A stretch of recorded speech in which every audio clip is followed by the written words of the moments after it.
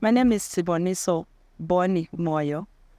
I'm the Deputy Director General for Biosciences here at the International Livestock Research Institute.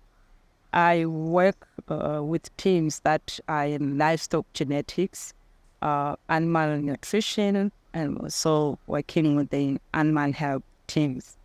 So I was born in rural Zimbabwe, and I've worked in Zimbabwe and through ILRI, I've worked in the low and middle income countries, but in the livestock-based systems.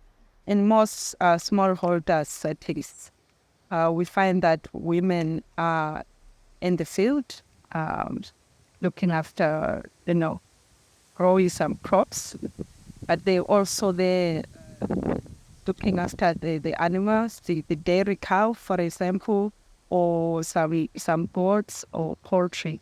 Especially small ruminants, they own and can make decisions on the poultry and on the sheep and goats, even on some of the large animals. So around 92, 93, my research was around beef production systems, where I was again comparing the performance of different breeds, the indigenous breeds, the local breeds, comparing with the exotics, the imported breeds, to really see which ones were doing better in our environment, which was the semi-arid rangelands. The results of our study actually have contributed to changing policy to recognize the value of local breeds and that they could be of use in the different production systems.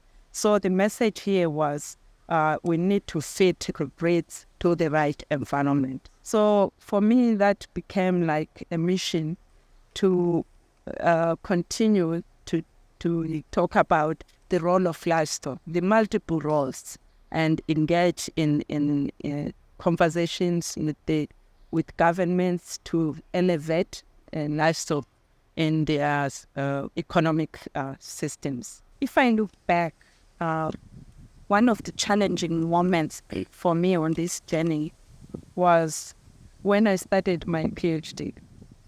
I was studying, I was working, and I had young children who needed my foremost attention. So those three in one all needed management. And I had to be better organized. I had to focus on the end goal. That really was one of my drivers. I just knew that in 4 years' time, I'll be at the end. So that kept me going. I think some organizations, especially, they're still not maybe providing good working environment for young mothers. I think that's something I would really encourage employers to continue to consider, support young women, because they are already carrying extra, burden, and then we expect them to overperform at work. It's okay, but they need extra support. I'm encouraging young people who are doing sciences at secondary or high school. That is the right way to go. It offers opportunities to address challenges. If you find yourself in agriculture, you are about food security. And we know that we will continue to want to see a food secure future. So we need those agriculturists.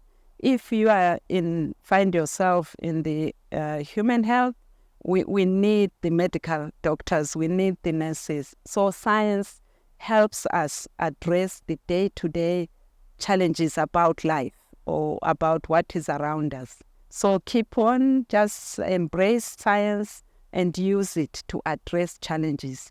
For me, that's the most rewarding part of being a scientist, is I'm addressing a challenge that really helps improve lives.